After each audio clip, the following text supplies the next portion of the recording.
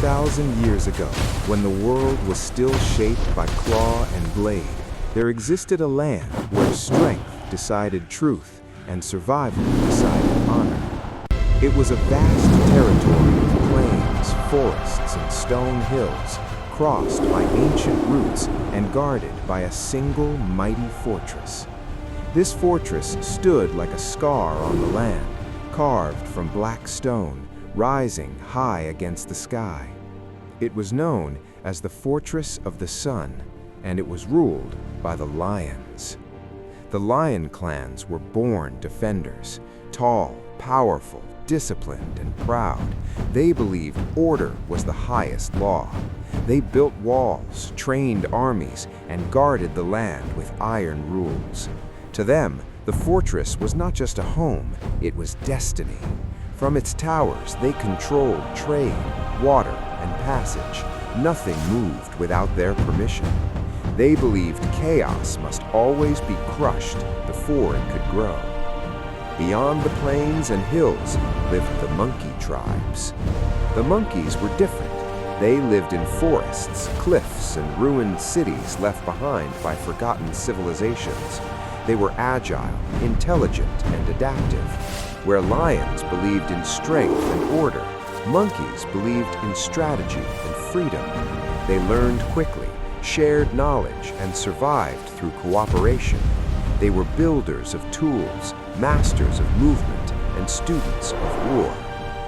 For generations, the monkeys lived under the shadow of the fortress. They paid tribute to pass through the land. They avoided conflict. They endured insults and restrictions. Peace existed, but it was a peace built on fear. That peace shattered the day the Lion Council made a fatal mistake. A drought struck the land. Rivers shrank, forests dried.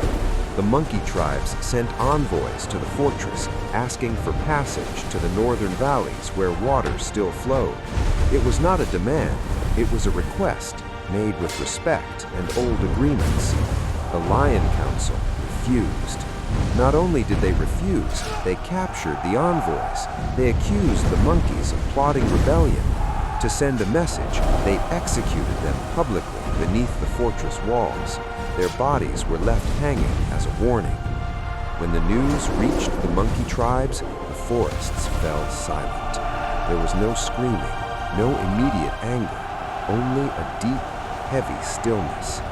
Elders gathered. Warriors listened. The truth was clear. There would be no freedom while the fortress stood, no safety while lions ruled the land with fear. That night, the monkey commander was chosen. He was not the strongest, nor the loudest. He was calm, observant, and patient. His mind was sharper than any blade. He had studied lion tactics for years, watched their patrols, memorized their weaknesses. He understood one truth above all others. Walls do not fall by force alone. They fall by time, pressure, and precision. The monkey tribes united for the first time in their history. Clans from forests, cliffs, and ruins gathered under one banner. Weapons were forged from stolen steel and ancient scraps. Armor was light but strong. Ropes, hooks, ladders, and siege tools were built in silence. Scouts moved like shadows, mapping every stone of the fortress. For months, they prepared. Inside the fortress, the lions sensed something, but their pride blinded them. They trusted their walls. They trusted their strength. They believed monkeys were too divided, too scattered, too weak to threaten them. At dawn, the earth trembled. Thousands of monkeys emerged from the mist. War drums echoed across the plains. The sky darkened with arrows. The siege began. Catapults hurled stones against the walls. Smoke rose. Lions responded with disciplined volleys, fire, and boiling oil. The battlefield exploded into chaos. Steel clashed. Warriors fell. The air filled with dust, fire, and the sound of war. Day turned into night, night into day. The monkeys attacked relentlessly, retreating, regrouping, adapting. They learned with every clash. Where lions held rigid formations, monkeys struck from unexpected angles. They climbed walls, burned supply lines, and weakened towers piece by piece. On the seventh night, under thunder and rain, the fortress cracked. A hidden tunnel was breached. Gates were opened from within. Monkeys flooded the inner courtyards. The fighting became brutal and personal.